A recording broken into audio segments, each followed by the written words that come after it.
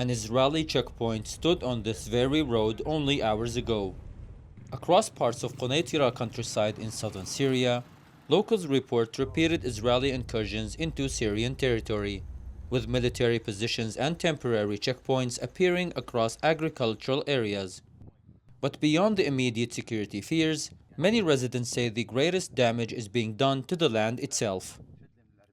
The village has lost the majority of its farming and grazing lands, especially the forest areas, which are thousands of years old.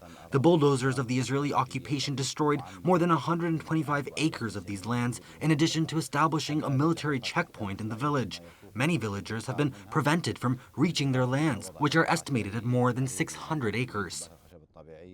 Since the fall of the Assad regime, Israeli military activity has expanded deeper into Syria in violation to the 1974 disengagement agreement under the justification of maintaining security. Families here rely heavily on farming and livestock, making any loss of land not only an environmental concern, but a direct economic blow to entire communities. After the fall of the Assad regime and the entry of Israeli enemy forces into these areas, there were acts of harassment, fear, and land clearing. They claimed they entered the buffer zone to preserve their security. However, they maintained their own security while disturbing ours. They've been clearing privately owned farmlands belonging to local people, including grain fields and orchards with olives, apples, and cherry trees.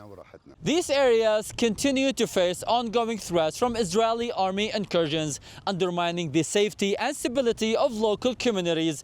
Checkpoints are frequently set up, while the clearing of farmlands continues to damage livelihoods.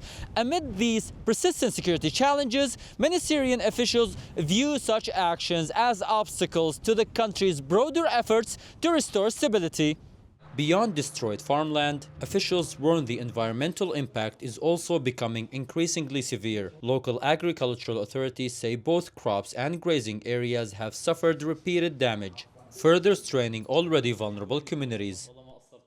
Even a few months ago, Israeli planes spread materials over farmlands and crops, severely damaging them. At the same time, the grazing lands were also affected, which in turn impacted livestock.